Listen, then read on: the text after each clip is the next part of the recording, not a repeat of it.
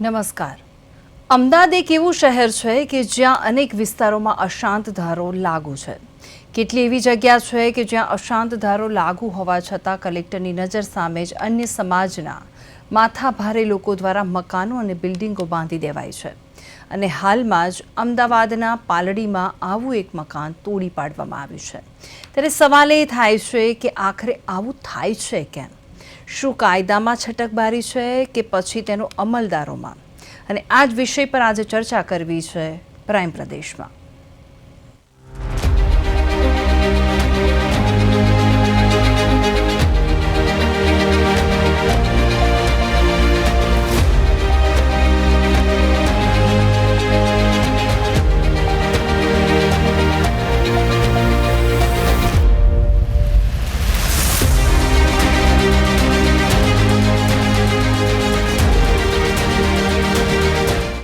અમદાવાદના અનેક વિસ્તારોમાં હાલ અશાંત ધારો લાગુ છે, તેમ છતાં આ કાયદાનો ઉલાળિયો કરીને કેટલાક લોકો અશાંત ધારો લાગુ હોય તે વિસ્તારમાં કલેક્ટરની પરવાનગી નેવે મૂકીને મકાનો ચોક્કસ લોકોને વેચી દેતા હોય છે।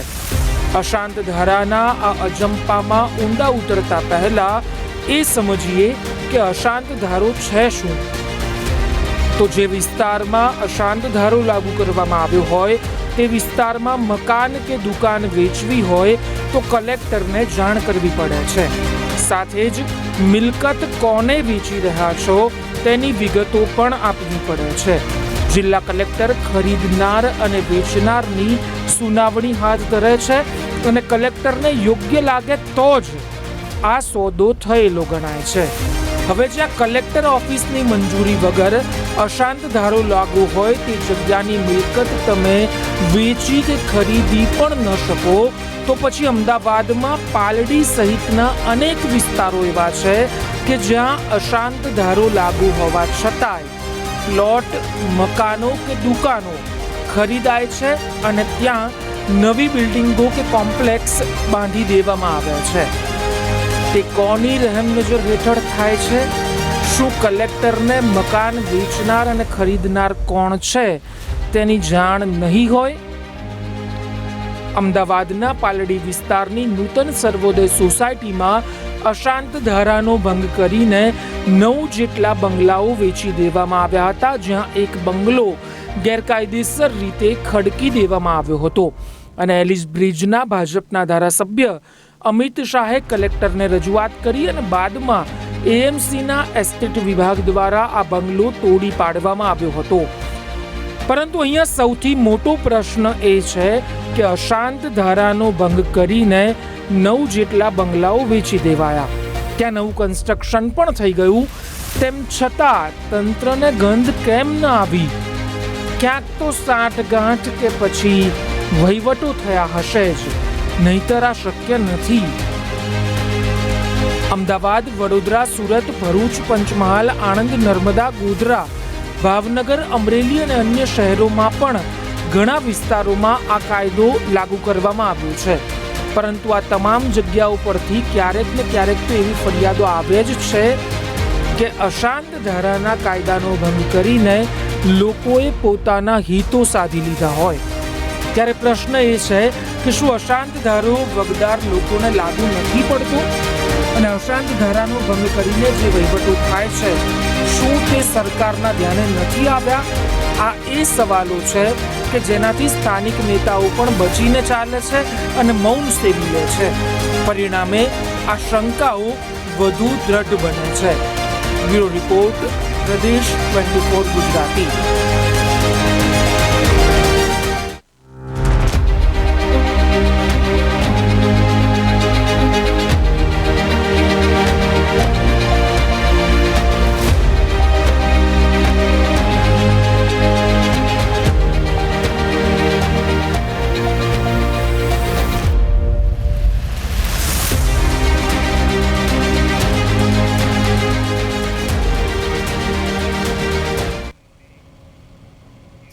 તો આજ અંગે આપણે ચર્ચા કરવી છે અને આપણી સાથે જોડી ગયા છે ભૂષણ ભટ્ટ, પૂર્વ ધારાસભ્ય ખાડિયાથી જોડી ગયા છે આપણી સાથે, ડોક્ટર નિકુલ પટેલ કોંગ્રેસના પ્રવક્તા છે અને નરેશ મકવાણા આઉટપુટ એડિટર અમારી સાથે જોડાઈ ગયા છે.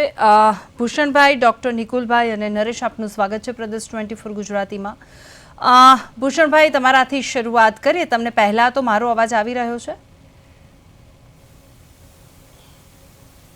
ભૂષણભાઈ, તમને મારો અવાજ આવી રહ્યો છે ને?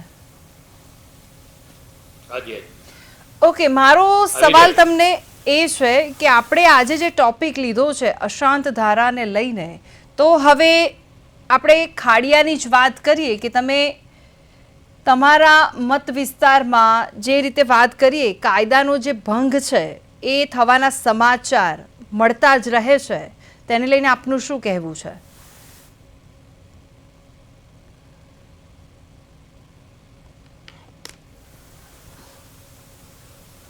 નિશ્ચિતપણે બેન, આપણે જે વાત કરી કે અશાંત વિસ્તારના ધારાનો દુરુપયોગ જમાલપુર હોય, ખાડિયા હોય કે સમગ્ર ગુજરાત હોય, જમાલપુર ખાડિયા વિસ્તારની અંદર જ્યાં જ્યાં આવી જ રજૂઆત લોકો તરફથી મળે ત્યારે નિશ્ચિતપણે કલેક્ટર અને મામલતદાર શ્રી, સ્થાનિક પોલીસ અધિકારી શ્રી ને અનેક વખત જાણ કરવામાં આવે છે. અમે પણ જાણ કરીએ છીએ, પણ કાયદાનું અર્થઘટન અને એનું ઉલ્લંઘન એ કેવી રીતે થાય છે એનો ઉત્તમ દાખલો એ પાલડી વિસ્તારની અંદર આપણે જોયો. આ માત્ર પાલડી વિસ્તારનો નવ બંગલાનો જે શહેરના ધારાસભ્ય, એલિસબ્રિજના ધારાસભ્ય અમિતભાઈએ જે રીતે પ્રશ્નને સંકલન સમિતિમાં રજૂઆત કરી અને એ જ રીતે એને વળગી રહીને સતત ફોલોઅપ અને સતત ફોલોઅપ થયા પછી જે રીતે કામગીરી થઈ, એ કામગીરીને આધારે નિશ્ચિતપણે ગુજરાતની અંદર પણ આ રીતે નિશ્ચિતપણે થવું જ જોઈએ. પણ આ થાય છે શું? મેં રજૂઆત કરી હોય, પણ રજૂઆત કર્યા પછી ન મામલતદાર કે ના કલેક્ટર કે ના પોલીસ તરફથી એનું આપણને જવાબ ના મળે, અથવા જવાબ મળ્યો હોય તો એ જવાબની અંદર ક્યાંક એનું અર્થઘટન જુદા પ્રકારનું થયું હોય. આવી અનેક સમસ્યાઓ આવતી હોય છે, પણ એ અર્થઘટનનો જે જવાબ મળ્યો એ જવાબને આધારે ફરી પાછી રજૂઆત, અને એ રજૂઆતને આજે વારંવાર રજૂઆત ને કારણે પરિણામ નિશ્ચિતપણે મળતું હોય છે, મળે છે. સરકાર આની અંદર ગંભીરતાથી આ કાયદો બન્યો આજે નથી બન્યો. 1985-86માં ભારતીય જનતા પાર્ટીની સરકાર આ કાયદો નથી બનાવ્યો.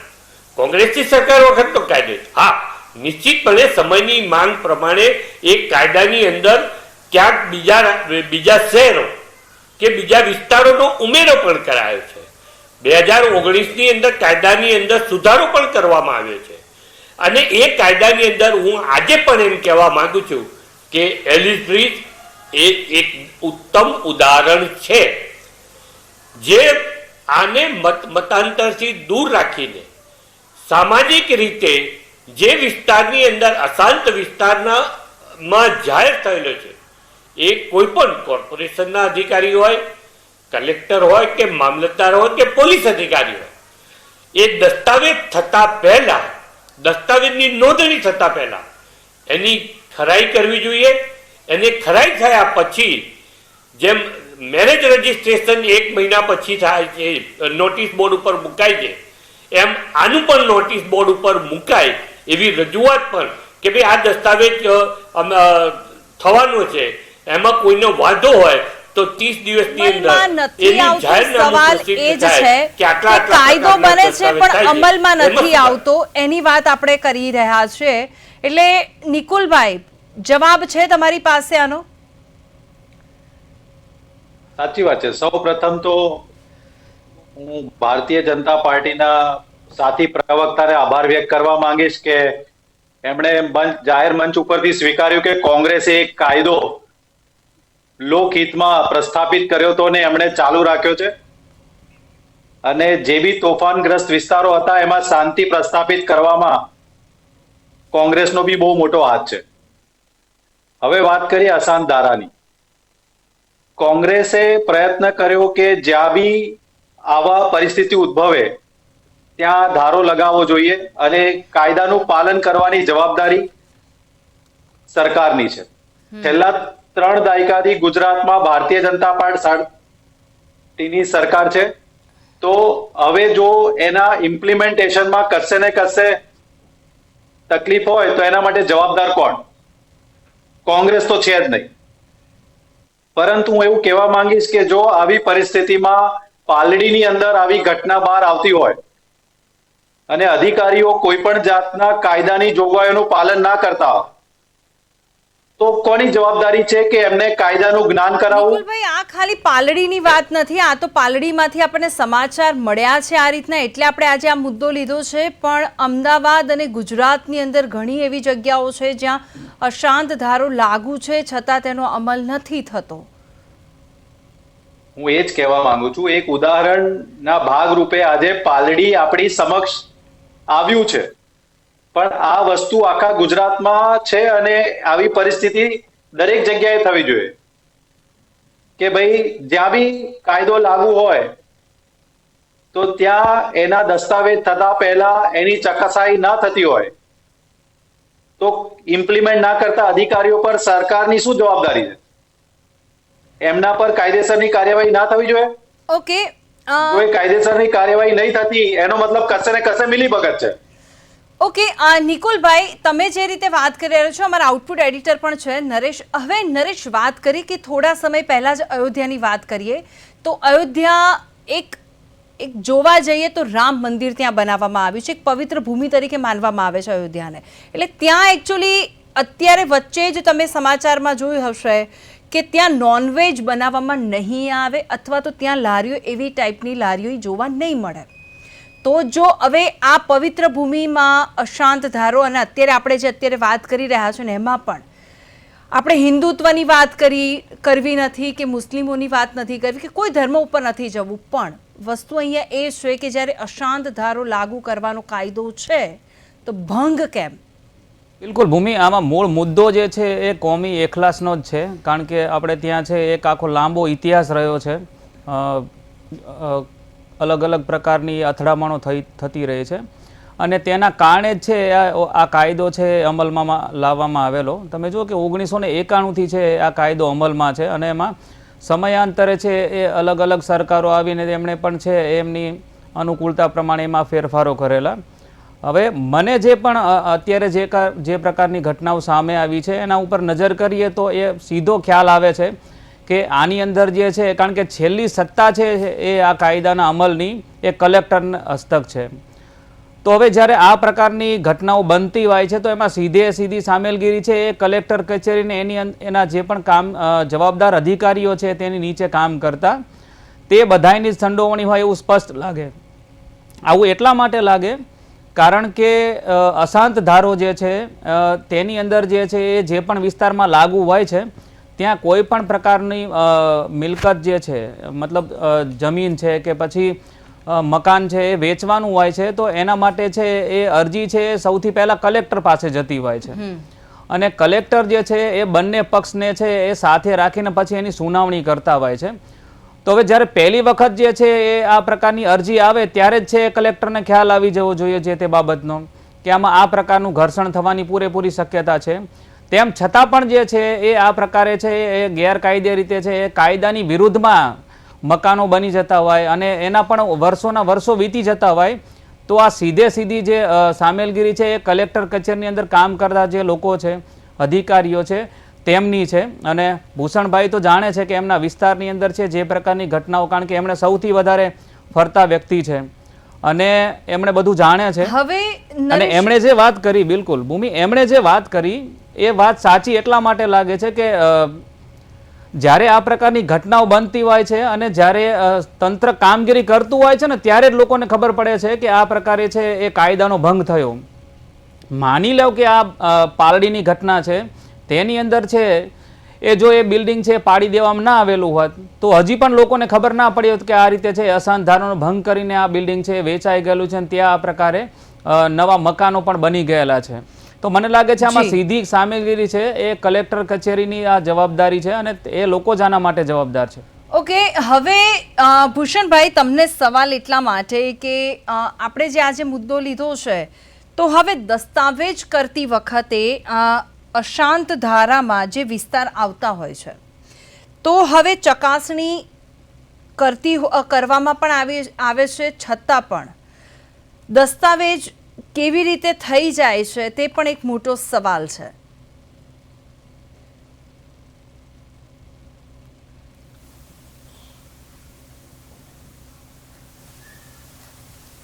ખૂબ સાચી વાત કરી બેન. આ પાલડી એનું ઉત્તમ ઉદાહરણ છે. અને ઉત્તમ ઉદાહરણ એટલા માટે મેં અગાઉ પણ વાત કરી. નિકુલભાઈએ એમની વાતમાં કીધું કે અમારા શાસનમાં અમે કાયદો લાવ્યા હતા. પણ નિકુલભાઈ, ભૂતકાળ તમે જુઓ તો ખરા, કેમ કાયદો લાવવો પડ્યો, કેમ બનાવવો પડ્યો? આ શહેરની આ રાજ્યની શાંતિ માટે, કોઈ પણ સમાજનો વ્યક્તિ શાંતિથી રહી શકે એટલા માટે, એ પોતાનું મકાન તબદીલ કરીને ટ્રાન્સફર ના કરી શકે, હિન્દુ વિસ્તારમાં રહી શકે, લઘુમતી સમાજ એમના વિસ્તારમાં શાંતિ. પણ દુઃખની બાબત એ થાય, પાલડી વિસ્તારના આ મંચ ઉપરથી અત્યારે મને કહેતા જરાય ખચકાટ અનુભવતો નથી કે પાલડી વિસ્તારના આ બંગલાને રોકવા માટે કયા લોકો બહાર આવ્યા હતા. નિકુલભાઈ, તમારા પક્ષના લોકો હતા. તમારા પક્ષના લોકોએ વાતને ભ્રમિત કરવા, ધ્યાન બીજે દોરવા, છેક ક્યાં સુધી દોડ્યા. એના કરતા વધારે વાત તો નિકુલભાઈ, આ કાયદો સદંતર નાબૂદ થાય એના માટે થઈને તમારી પાર્ટીના ધારાસભ્ય, જમાલપુરના ખાડિયાના ધારાસભ્ય વિધાનસભાની અંદર બિન સરકારી સંકલ્પ રજૂ કરે, વિધેયક રજૂ કરે કે હવે ગુજરાતમાંથી આ કાયદો સદંતર કાઢી નાખવું જોઈએ. તમે કઈ મનસા ઉપર, તમારી માનસિકતા, તમારી પાર્ટીની દિશા, એક બાજુ તમે નિકુલભાઈ એમ કહેજો કે અમે કાયદો લાવ્યા અને જેના કારણે શાંતિ થઈ, તો નિકુલભાઈ, તમારી પાર્ટીના ધારાસભ્ય આ કાયદાને સદંતર પરિવર્તિત કરીને કાઢી નાખવા માટેની બિન સરકારી સંકલ્પ વિધેયક લાવે. ઇમરાનભાઈ ખેડાવાલા નામ જો, કયા સત્રની અંદર તમારે જોઈતું હોય તો એ પણ એની ઓડિયો ક્લિપ, વિડિયો ક્લિપ મારી પાસે છે. નિકુલભાઈ, આપી શકું, મીડિયાને પણ આપી શકું એવી સ્થિતિ. ભૂષણભાઈ જે કહી રહ્યા છે તેનો જવાબ છે તમારી પાસે? ગેરકાયદેસર કૃત્યો કરવા મારી પાસે જવાબ છે. કોણ બચાવે છે? કોંગ્રેસ પાર્ટીના નેતાઓ ખુલ્લે આમ બચાવે છે, જેના પરિણામે આ થઈ રહ્યું છે. શા માટે બચાવો છો? કોના માટે બચાવો છો? કેમ બચાવો છો? સાહેબ, ખબર નથી પડતી. ઓકે, હવે ભૂષણભાઈ, આપણે નિકુલભાઈ જોડે જો આનો જવાબ માંગીએ. છે જવાબ નિકુલભાઈ તમારી પાસે? મારે મારા ભારતીય જનતા પાર્ટીના મિત્ર જણાવવું છે કે આ કાયદો લાગુ છે અને આ કાયદો સરકારમાં લાગુ હોય તો એને ઇમ્પ્લિમેન્ટ કરાવવાની જવાબદારી સત્તા પક્ષની છે. તમે આ રીતના પોતાની જવાબદારીથી વિકુટા થઈ અને ઉદાહરણ આપીને એવું પ્રસ્થાપિત ના કરી શકો કે કોંગ્રેસ આ પાછળ જવાબદાર છે. તમારી નિષ્ફળતાઓ છે કે જે બી કાયદાકીય જોગવાઈઓ એ ઇમ્પ્લિમેન્ટ નહીં થઈ રહી, આ રીતની અસાન ધારાની અંદર જમીનો તબદીલ થઈ જાય છે અને તબદીલ થયા પછી ત્યાંના લોકો હેરાન થઈ રહ્યા છે અને હેરાન થઈ રહ્યા છે એના માટેના જવાબદારી સ્વીકારો પહેલા. બરાબર છે. સેકન્ડ વસ્તુ કે સમજી લો કે જે અધિકારીઓ ભ્રષ્ટાચાર કરી રહ્યા છે એને તમે કંટ્રોલ નથી કરી શકતા, એ બી તમે સ્વીકારો. ધારો કે અધિકારીઓ કામગીરી નથી કરતા બરાબર, તો એના પર સજારૂપ કાર્યવાહી કરવાની જવાબદારી મંત્રી લોકોની છે કે સરકારની છે. અર્થઘટન કરી, જુદું કર્યું. તો મારે તમને નામદાર કોર્ટની અંદર આ બાબતો પેન્ડિંગ રાખવી અને તમારા ધારાસભ્યો એને ખુલ્લે આમ બચાવે છે. આ બહુ સ્પષ્ટપણે બાબત છે. એ ખૂબ દુઃખની વાત છે ભૂષણભાઈ, ખૂબ દુઃખની વાત છે. અધિકારીઓ ભ્રષ્ટાચાર કરી રહ્યા છે, તમારા શાસનમાં કરી રહ્યા છે. અસાન ધારો લાગુ બરાબર નથી થઈ રહ્યો, કાયદો તમારી સત્તામાં થઈ રહ્યો છે. લોકો ભ્રષ્ટાચાર કરીને સુરેન્દ્રનગર નિકુલભાઈ, તમે જ હમણાં કીધું કે કાયદો કોંગ્રેસ લાવ્યો છે, પત્ર લખે છે, એ તમારા શાસનમાં છે. નિકુલભાઈ, તમે પહેલા જ એવું કીધું કે આ કાયદો કોંગ્રેસ લાવ્યા છે. આ તો સાચી વાત છે ને, એમાં ક્યાં ખોટી વાત છે? ભૂષણભાઈએ સ્વીકાર્યું અને એની પાછળના કારણો તો કે શાંતિ રહે છે. બાકી ભારતીય જનતા પાર્ટી હંમેશા એવું કહે છે કે આ દેશની અંદર શાંતિ સ્થાપવા વાળા અમે લોકો આયા પછી થયું છે. હું તો એ પણ સ્વીકાર્યું છે કે તમારા ધારાસભ્યો એક કાયદાનું અર્થઘટન કરીને આવા લોકોને બચાવવા નીકળે છે, એનું દુઃખ છે. તમે એમ કેમ નથી કહેતા કે નહીં, તમે એમ કેમ નથી કહેતા મેં કીધા પછી કે ભાઈ અસલ ધારો રહેવો જોઈએ કે ના રહેવો જોઈએ? તમે એમ કહી દો ને, મને એમ સમજાવો આ કાયદો બરાબર છે કે નહીં, કાયદો ઇમ્પ્લિમેન્ટ નહીં, એનો અમલ થવો જોઈએ કે ના થવો જોઈએ? તમે સ્પષ્ટ વાત કરો ને. હું જેમ કહું છું કે એનો અમલ થવો જોઈએ, એમ તમે પણ કહી દો ને કે એનો અમલ થવો જોઈએ કે ના થવો જોઈએ. કાયદો છે તો અમલ કરવાની જવાબદારી તમારી છે. તમે વિપક્ષને ના કહીશો કે કાયદો અમલ કરાવો. તમે આ ખોટી રીતે રજૂઆત કરી રહ્યા છો. તમારા ધારાસભ્યોને તમે કહો, તમારી પાર્ટીના નેતાઓને કહો કે શા માટે બચાવવા નીકળે છે, કેમ બચાવવા નીકળે છે, પણ એક વસ્તુ કોના માટે બચાવવા ભૂષણભાઈ, નીકળે છે? એક વસ્તુ કહો કે કાયદો ચાલુ થઈ ગયો છે. ભૂષણભાઈ, આ સત્તા કાયદો પક્ષની ચાલુ છે, છે. સત્તા પક્ષની વાત છે. ભૂષણભાઈ, સંચાલવાની વાત નહીં કરવાની ભાઈ. થઈ રહ્યા છે ને. સત્તા પક્ષની વાત છે કે કાયદો ભલે કોંગ્રેસ લાવ્યા, પણ એની ઉપર અમલ કોણ કરશે? આ કાયદાનો ભંગ ન થાય તેના માટેની જવાબદારી કોની રહેશે? જે સરકાર હોય, હાલમાં સરકાર ભારતીય જનતા પાર્ટી તો અત્યારે આપણી જોડે ભૂપેન્દ્રભાઈ ચિત્ર પટેલના કયું છે? નેતૃત્વવાળી સરકાર આજે પણ કામગીરી કરી છે. હર્ષભાઈ સંઘવી નાયબ મુખ્યમંત્રી તરીકે કામ કરી રહ્યા છે. પણ નહીં, એટલે વાત એટલી જ છે કે કાયદાની અંદર કામગીરી થતી હોય તો વિપક્ષે રોડા ના નાખવા જોઈએ. વિપક્ષે આ મકાન પાલડી વાળું સવારે 5 વાગ્યા સુધી ના તૂટે ને, કેટલા પ્રયત્ન કર્યા, કોને પ્રયત્ન કર્યા, કેમ પ્રયત્ન કર્યા? ભાઈ ત્યાં શા માટે ભાઈ એના માટે તમે પ્રયત્ન કરો છો?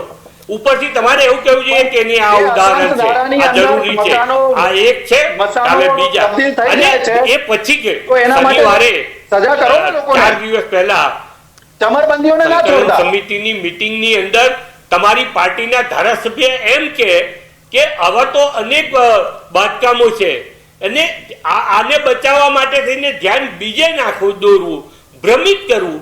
હવે તમે આપો ને, પણ તમારે સવાલ એ જ છે કે કાયદો અમલમાં છે, તમારે એનું ફોલોઅપ લેવું જોઈએ. પણ મારી વાત એટલી જ છે, અશાંત ધારાના કાયદાનો નિશ્ચિતપણે અમલ થઈ રહ્યો છે, એ તમને દુખે છે. ભૂષણભાઈ, સવાલ એ જ છે તમે કે કાયદો અમલમાં છે અને તેમ છતાં પણ આખા મકાન બની કેમ જાય છે? કારણ કે સત્તા તો છેવટે કલેક્ટરના હાથમાં છે, એની પરમિશન આપવાની. તો તમને નથી લાગતું કે ક્યાંક ને ક્યાંક છે કાયદાના અમલમાં છે કલેક્ટર કચેરી અને તેના અધિકારીઓ છે એ જવાબદાર છે?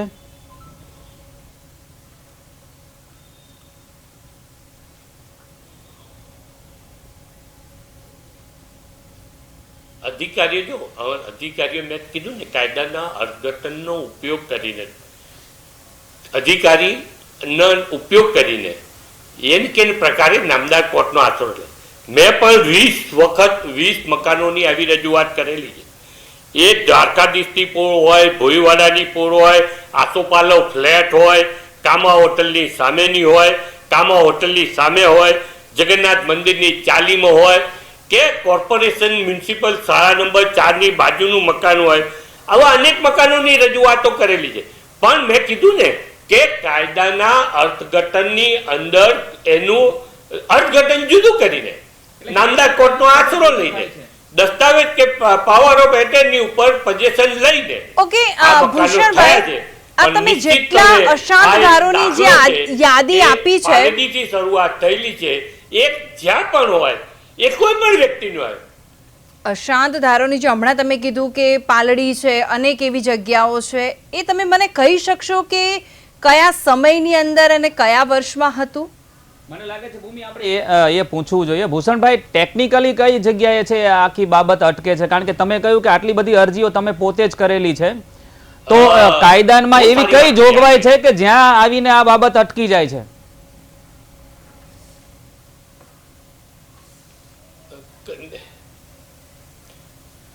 નહીં, હું તમને કહું નિકુલભાઈ, તમે નવા છો આ વિષયની અંદર, એટલે તમારે તો કઈ લાઈન લેવી એ જ નક્કી નથી. કાયદાનો બચાવ કરો છો કે કાયદો રહેવો જોઈએ, કાયદાનો અમલ થવો જોઈએ કે ના કાયદો હટી જવો જોઈએ, એ તમારી માનસિકતા નહીં. અમે નિશ્ચિતપણે કહીએ છીએ કાયદો રહેવો જોઈએ, કાયદાનો અમલ થવો જોઈએ, આ દિશા અમારી છે. તમે તો અત્યારે એમ કહો છો કે આ ખબર જ નથી કે અમે કાયદો લાયા, પણ તમારા ધારાસભ્ય એમ કે છે કે આ કાયદો કાઢી નાખવો જોઈએ. એટલે તમારી દિશા સ્પષ્ટ નથી.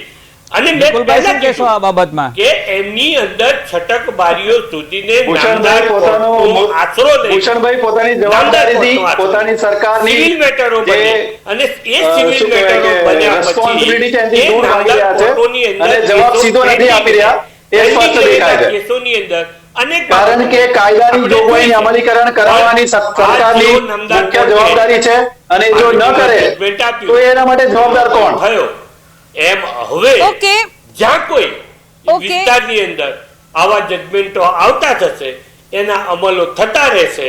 તમારે બચાવવા પણ હોય ક્યારે તો અમલ તમારે થશે? એક બચાવવાના. સવાલ છે પણ ભૂષણભાઈ, બહુ સ્પષ્ટ વાત કરી દેવાની નિકુલભાઈ કે અને શૈલેષભાઈ નરેશ, હોય. આપનો ખૂબ ખૂબ આભાર. પ્રદેશ 24 ગુજરાતી સાથે જોડાયા અને ખૂબ જ સારી એવી માહિતી આપી તે બદલ. અશાંત ધારાનો અજંપો. હવે અશાંત વિસ્તારમાં કલેક્ટરની મંજૂરી વિના કોઈ પણ સંપત્તિ ખરીદી અને વેચી ભાડે ન આપી શકાય. આ જે કાયદો છે તેની ઉપર અત્યારે જેટલો પણ કાયદો બન્યો છે, પણ એ કાયદો અમલમાં આવી ગયો છે પણ અમલ થતો નથી, એ પણ એક સવાલ છે. અને આ સાથે જ હું રજા લઈશ. નમસ્કાર.